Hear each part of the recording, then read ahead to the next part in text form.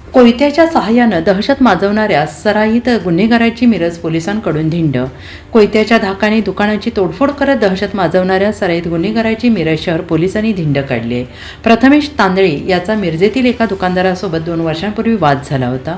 प्रथमेश हा गॉगल घेण्यासाठी या दुकानात गेला होता. यावेळी दुकानदार आणि प्रथमेश यांच्यात वाद झाला.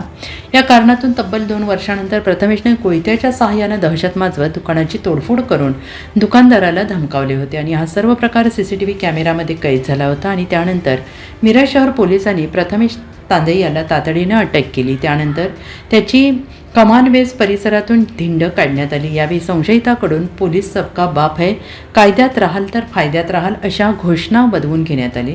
दरम्यान प्रथमेश तांदळे हा सराईत गुन्हेगार असून कमानवेस परिसरात त्याची मोठी दहशत होती आणि नागरिकांमधील ही दहशत मोडीत काढण्यासाठी पोलिसांनी त्याची धिंड काढून घराची झडती घेतली. यावेळी गुन्ह्यात वापरलेला कोयता पोलिसांनी जप्त केला.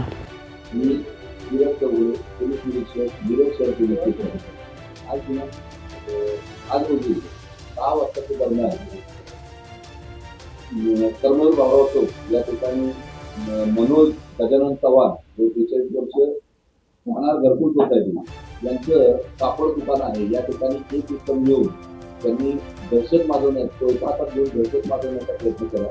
त्यावेळेस अशी माहिती त्यांच्याकडून प्राप्त झाल्यानंतर तात्काळ डिटेक्शन टीम आणि आम्ही स्वतः जाऊन घटनाचा विजिट केली. त्यानंतर लक्षात आलं की हा रेकॉर्डवरचा गुन्हेगार आहे, परंतु त्याने आज या पद्धतीने दहशत निर्माण करण्याचा प्रयत्न केला. आज त्याच्यावर तात्काळ डिटेक्शन टीम तयार करून त्याला ताब्यात घेण्यात आलं. माहितीवरून त्याच्या घरातून त्याला ताब्यात घेण्यात आलं आणि त्याच्यावर गुन्हा दाखल करण्यात आलेला आहे.